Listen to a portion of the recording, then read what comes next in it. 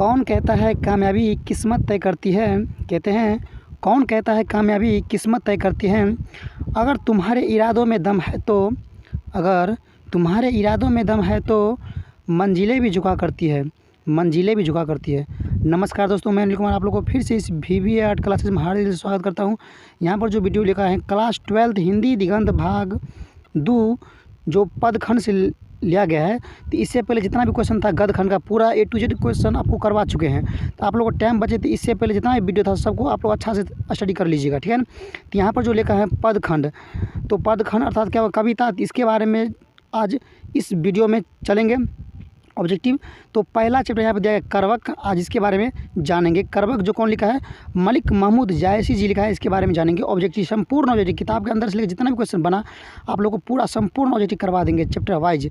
तो आप लोग बिहार बोर्ड में एक भी क्वेश्चन नहीं छूटेगा, मैं आप लोग गारंटी के साथ दावे के साथ कह सकता हूँ। तो यहाँ पर जो देखिए करवक का पहला क्वेश्चन जो कह रहा है क्या कि मलिक महमूद जायसी जी का जन्म कब हुआ था। तो करवक का पहला क्वेश्चन दिया गया यहाँ पर मलिक महमूद जायसी जी का जन्म कब हुआ था। यहाँ पर आप लोग सामने 4 ऑप्शन दिया है। पहला कह रहा है लगभग 1350 ईस्वी में, या बीम कह रहा है लगभग 1548 ईस्वी में, सी कह रहा है लगभग 1492 ईस्वी में। ध्यान देना मेरे दोस्तों, इसका जो राइट आंसर होंगे आपको सी, लगभग 1492 ईस्वी में। बिल्कुल राइट आंसर एक का सी हो जाएंगे, समझे ना। तो एक का बिल्कुल राइट आंसर क्या होंगे, सी हो जाएंगे। यहाँ तो क्वेश्चन कंप्लीट। अब यहाँ चलते हैं दूसरा क्वेश्चन जो कह रहा है क्या है करवक के कवि कौन है। क्वेश्चन काफ़ी इंपॉर्टेंट है और ध्यान रखना सब्जेक्ट अभी जो बता रहे हैं मतलब हर एक चैप्टर वाइज ऑब्जेक्टिव, जब ऑब्जेक्टिव पूरा कंप्लीट करवा देंगे तो उसके बाद चलेंगे सब्जेक्टिव क्वेश्चन अर्थात 2 नंबरी क्वेश्चन से लेकर 5 नंबरी क्वेश्चन तक, समझ गए ना। तो इसीलिए इस चैनल पर आप लोग शुरू से लेकर अंत तक बने रहिएगा और पूरा देखने के बाद अगर मेरा वीडियो थोड़ा भी अच्छा लगे तब जाकर लाइक करना, नहीं तो डिसलाइक कर देना, ताकि हम बुझेंगे मेरा वीडियो आप लोग उतना अच्छा नहीं लगा, समझ गए। तो देखिए यहाँ पर देला क्या है दूसरा क्वेश्चन जो कह रहा है करवक के कवि कौन है। तो ध्यान देना इसका जो बिल्कुल राइट आंसर हो जाएंगे आपको क्या, बी जायसी जी। तो करवक कौन लिखा है, मलिक महमूद जायसी जी, समझ गए ना।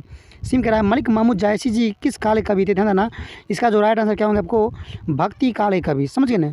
जो ऑप्शन आएगा भक्ति काल उसमें आप लोग टिक लगा दीजिएगा। तो जायसी जी अर्थात मलिक महमूद जायसी जी जो थे आपको भक्ति काल के कवि थे, समझ गए। 3 तक क्वेश्चन कंप्लीट। और यहाँ पर देखिए कह रहा क्या है 4 नंबर की मलिक महमूद जायसी का जन्म किस सदी में हुआ था। क्वेश्चन कह रहा क्या मलिक महमूद जायसी जी का जन्म किस सदी में हुआ था।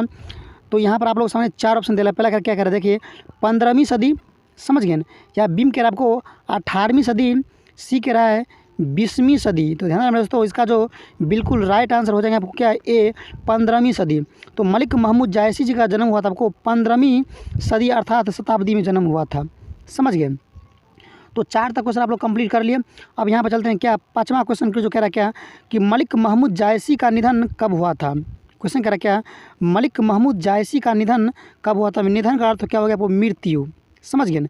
तो घबराने का नहीं है। कह रहा क्या कि मलिक महमूद जायसी जी का निधन अर्थात मृत्यु कब हुआ था। तो यहाँ पर भी आप लोग सामने 4 ऑप्शन लिखा है। तो पहला क्या कह रहा है देखिए लगभग 1492 ईस्वी होगा, समझ गए ना। पहला क्या कह रहा है आपको लगभग 1492 ईस्वी होगा, या बीम कह रहा क्या लगभग 1548। ध्यान देना इसका जो राइट आंसर क्या होंगे आपको, बी लगभग 1548 ईस्वी। तो मलिक महमूद जायसी जी का जो निधन हुआ था, मृत्यु हुआ था 1548 ईस्वी में हुआ था, समझ गए ना। तो 5 तक क्वेश्चन आप लोग कंप्लीट कर लिए। अब यहाँ पर दे देखिए 6ठा क्वेश्चन क्या कि मलिक महमूद जायसी जी का निवास स्थान कहाँ था। क्वेश्चन कह रहा क्या कि मलिक महमूद जायसी जी का निवास स्थान कहाँ था। निवास स्थान का अर्थ हुआ क्या, जहाँ पर रह रहा था, समझ गए ना। तो पहला ऑप्शन यहाँ पर कह रहा क्या सिमरिया जो बेगूसराय बिहार में पड़ता है ये होगा, या बीम कह रहा है गुलेर कांगड़ा जिला उत्तर प्रदेश, या सी कह रहा है जायस कब्र अमेठी उत्तर प्रदेश। ध्यान देना इसका जो राइट आंसर क्या होंगे, सी जायस कब्र अमेठी उत्तर प्रदेश। सी ऑप्शन बिल्कुल राइट होंगे क्योंकि जायसी जी का जन्म हुआ था आपको निवास स्थान था कहाँ पर, जायस जो कब्र अमेठी उत्तर प्रदेश यूपी में पड़ता है, समझ गए ना। तो छोटा क्वेश्चन कंप्लीट।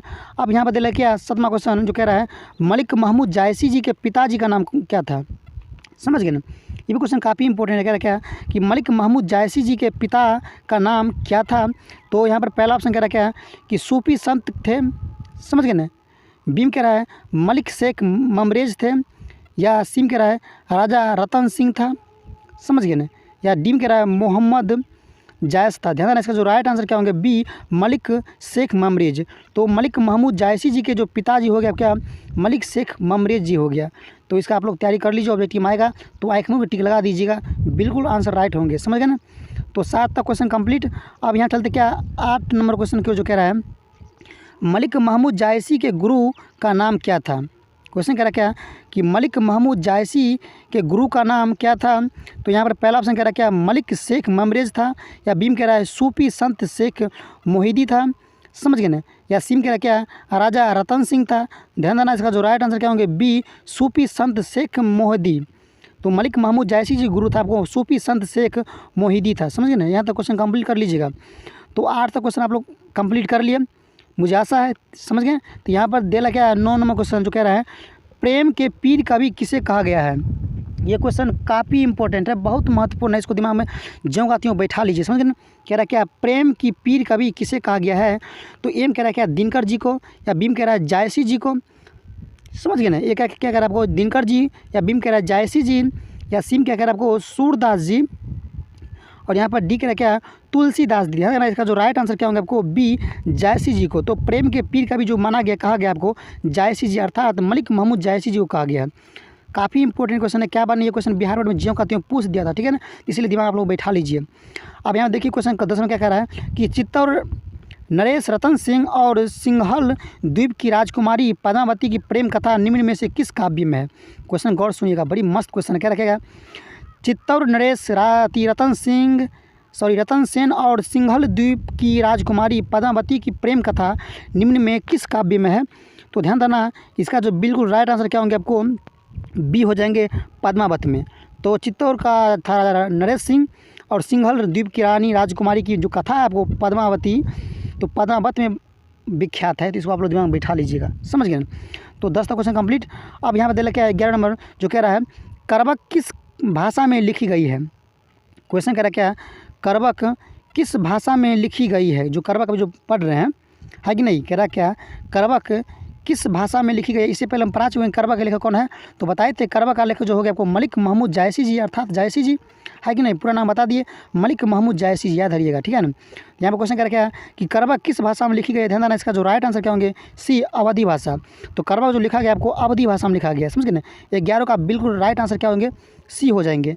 तो करबक लिखा गया क्या अवधी भाषा में। तो ये 11 तक क्वेश्चन कंप्लीट। अब यहाँ पर दे क्या 12 नंबर कि रकत की लेई लगाकर जोड़ा है, यह कथन किसका है। क्वेश्चन कह रहा क्या रकत की लेई लगाकर जोड़ा है, यह कथन किसका है। क्वेश्चन ये भी काफ़ी महत्वपूर्ण इंपॉर्टेंट है, समझ गए ना। रकत की लेई लगाकर जोड़ा है, यह कथन किसका है। तो पहला में कह रहा क्या सूरदास के, बीम कह रहा है तुलसीदास जी के, है कि नहीं, सीम कह रहा क्या जायसी जी के, समझ गए ना। और यहाँ पर डी कह रहा है नाभादास जी के। ध्यान देना, इसका जो बिल्कुल राइट आंसर क्या होंगे सी जायसी जी के, समझ गए। यहाँ तक क्वेश्चन आप लोग कंप्लीट कर लिए। अब देखिए 12 तक क्वेश्चन कंप्लीट। अब यहाँ पर दे रहा क्या 13 नंबर क्वेश्चन जो कह रहा क्या कवि का अपने कलेजे के खून से रचे डैश डैश काव्य संकलित है। कह रहा क्या 13 नंबर क्वेश्चन कि कवि का अपने कलेजे के खून से रचे डैश डैश काव्य संकलित है, तो किससे है। तो पहला ऑप्शन यहाँ पर कह रहा क्या करबक से, या बीम कह रहा है तुलसीदास पद से, या सीम कह रहा क्या सूरदास पद से, समझ गए ना। तो ध्यान देना, इसका जो बिल्कुल राइट आंसर क्या हो जाएंगे आपको ए करबक से। तो कवि का अपने कलेजे खून जो लिखा है आपको करबक में विख्यात है। करबक जो कौन लिखा है मलिक महमूद जायसी जी। तो 13 तक क्वेश्चन कंप्लीट।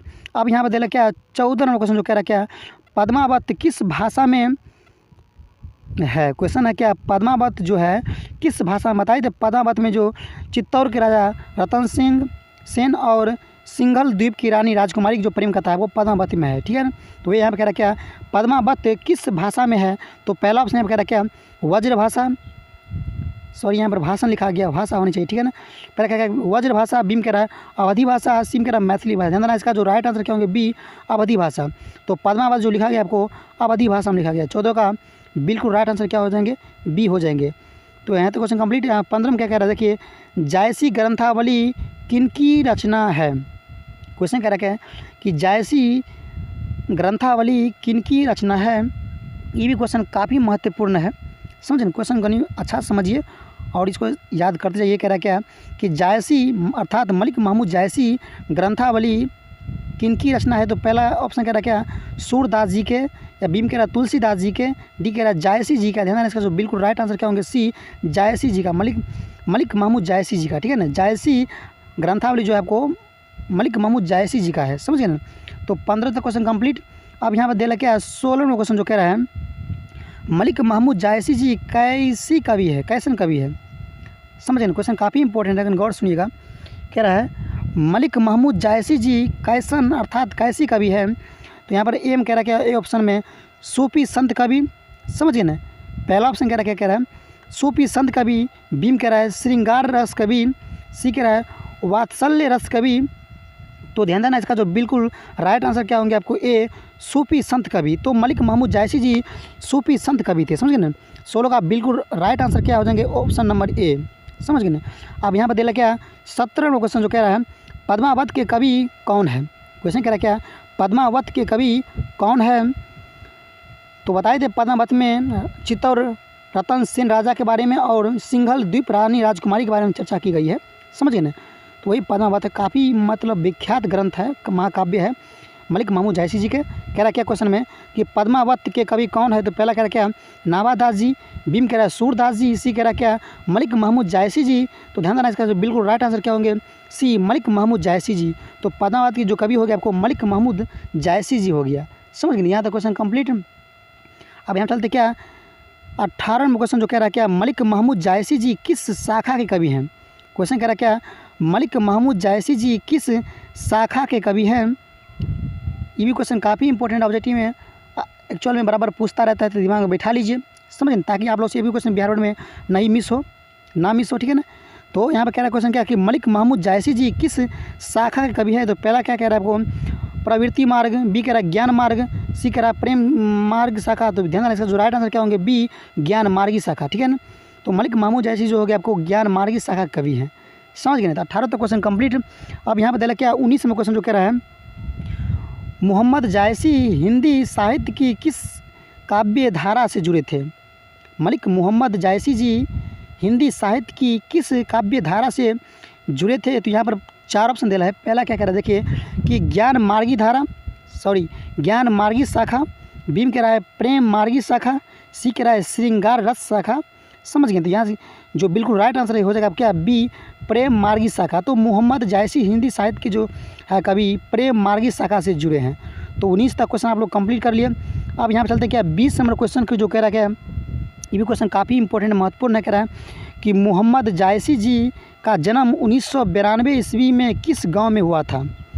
क्वेश्चन कह रहा है क्या कि मोहम्मद जायसी जी अर्थात मलिक मोहम्मद जायसी जी का जन्म जो हुआ था 1492 ईस्वी में, कहता है किस गांव में हुआ था, सो आपसे पूछता है। तो यहाँ पर आप लोग सामने 4 ऑप्शन दे रहा है। पहला क्या कह रहा है, देखिए जायस नामक गांव में, या बीम कह रहा है गुलेर नामक गांव में, समझ गए ना, सी कह रहा है सिमरिया नामक गांव में। तो ध्यान देना, इसका जो बिल्कुल राइट आंसर क्या होंगे, ए जायस नामक गांव में। तो मलिक महमूद जायसी जी का जन्म हुआ था 1492 में, जायस नामक गाँव में जन्म हुआ था, समझ गए ना। तो बी का बिल्कुल राइट आंसर 20 का क्या हो जाएगा आपको, ए हो जाएगा। 20 का बिल्कुल राइट आंसर क्या होंगे, ऑप्शन नंबर ए हो जाएंगे।